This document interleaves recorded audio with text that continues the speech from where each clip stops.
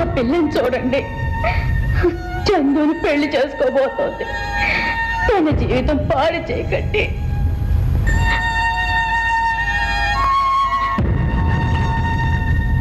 చందు ఎన్ని జీవితమా?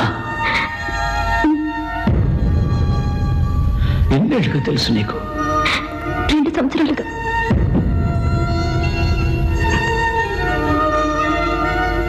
నాకు 30 ఏళ్ళుగా తెలుసు.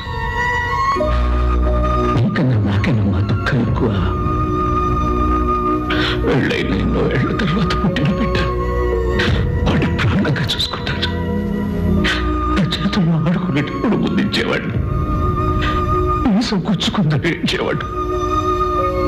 వాడికి నొప్పి కలగకూడదని మీసాన్ని తీసేసిన సేనాపతి వాడిని చంపాలనుకుంటున్నాడు.